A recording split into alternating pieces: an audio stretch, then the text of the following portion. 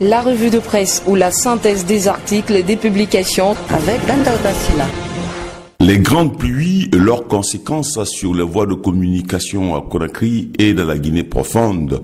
Si, à Zérékoré avec l'AGPguinée.com, les cas d'inondation des maisons et quartiers sont limités pour le moment à 3 secteurs, dont au sud, longeant le lit de la rivière Tillé, où les eaux en crue sont souvent bloquées par les ordures jetées.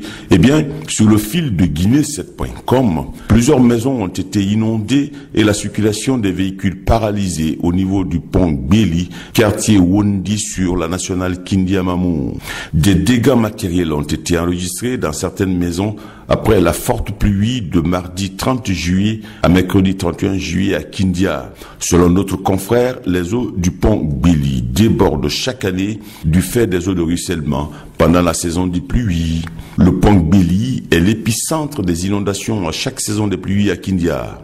Des cas d'inondation sont relevés également par Guinée News dans la préfecture de Guékelou, où les pluies diluviennes des 26 et 29 juillet dernier ont fait inonder plusieurs bâtiments dans les quartiers Baflabé, Nyomoulou, Farako et Herbankono, communes urbaines de Guékelou. Les dégâts matériels sont également importants, écrit Guinée News, qui parle de récurrentes inondations dues non seulement aux crues des rivières Bonia et Waou, mais surtout aux eaux de ruissellement dont le passage est obstrué par les ordures et constructions anarchiques à Guékelou. Chaque année, note Guinée News, le phénomène d'inondation fait des dégâts à Guékelou. La plus grande inondation de 2009 avait causé des pertes en vies humaines et des dégâts matériels importants.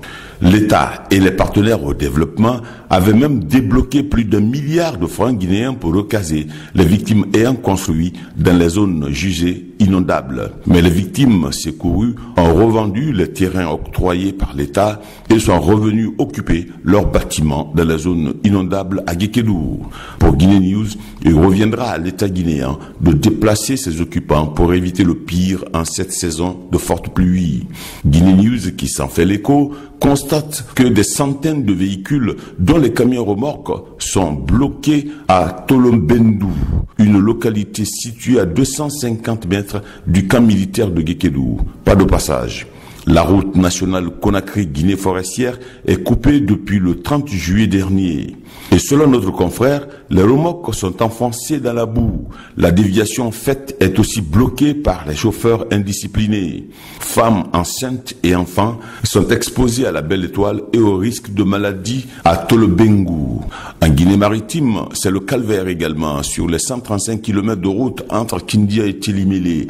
Les grandes pluies contribuent à la dégradation de la route. Et puis, l'AGP, l'agence guinéenne de presse, relève également une dégradation très poussée de la voie d'accès à la sous-préfecture de Tunkarata à Lola. Les produits vivriers et agricoles sont actuellement acheminés vers la Côte d'Ivoire, constate l'AGP, qui traite de la nouvelle augmentation du prix du carburant. Depuis jeudi, le litre d'essence, de gazoil et du pétrole est passé de 9 500 francs à 10 000 francs guinéens. Le gouvernement a tout simplement rajouté les 500 francs qu'il avait enlevés il y a quelques mois. Et dans les colonnes de Guinée News, Amadou Diallo de la CNTG soutient que le syndicat ne fera rien parce qu'il n'est pas soutenu ni écouté par les travailleurs et les populations. Sinon, cette augmentation du prix du carburant est une violation du protocole d'accord. Et puis, au moment où le site Radio Environnement Guinée colle au lancement de la semaine africaine de l'allaitement maternel, Mediaguinée.com revient de son côté sur l'appel à la réforme profonde du système sanitaire privé en Guinée. Par ailleurs, au-delà des revues semestrielles des plans opérationnels de travail 2019 du système des Nations Unies dans les 7 régions administratives du pays, dont Zérékoré où près de 3 milliards de francs guinéens ont été investis, tous les confrères de la place traitent de la visite en Guinée du 1er au 3 août dernier du président Ramnath Kovind de l'Inde. En plus de la réouverture de l'ambassade de l'Inde en Guinée, Guinée et de la signature de 3 accords sur le système de médecine traditionnelle, sur les énergies renouvelables et sur les télécommunications, une deuxième ligne de crédit de 170 millions de dollars va couvrir l'approvisionnement en eau du Grand Conakry, le financement de 2 autres hôpitaux régionaux, la construction des infrastructures d'habitation sociale et surtout l'agriculture.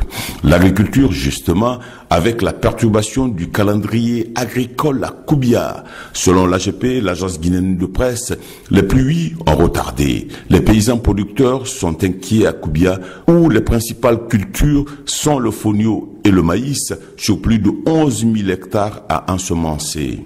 Enfin, quand l'hebdomadaire Le Triomphe s'intéresse au PMU Guinée avec le titre « Bientôt la fin de la privatisation, la Lonagui prend le contrôle » et colle en même temps à la promotion de la teinture traditionnelle Lépi et bien Guinée News et l'AGP reviennent sur une vaste coalition pro-nouvelle constitution portée sur les fonds baptismaux. Pour Guinée7.com, le RPG et ses alliés signent un protocole d'accord pour le soutien à une nouvelle constitution. C'est un non-événement. Soutient le Front National pour la défense de la constitution dans les colonnes de Guinée News. Et au moment où notre confrère fait état des menaces de disparition des célèbres chimpanzés de Bossou Lola, l'AGP parle de sale temps pour l'opposant Faya Milimono. Le leader du bloc libéral est placé sous mandat de dépôt et détenu à la maison centrale de Conakry pour diffamation contre le ministre de la Justice. Détention de Faya Milimono. Le Front National pour la défense de la Constitution dit regretter la tournure prise par l'événement, conclut Guinée News. C'était la revue des publications aux presses hebdo avec Danda Silla.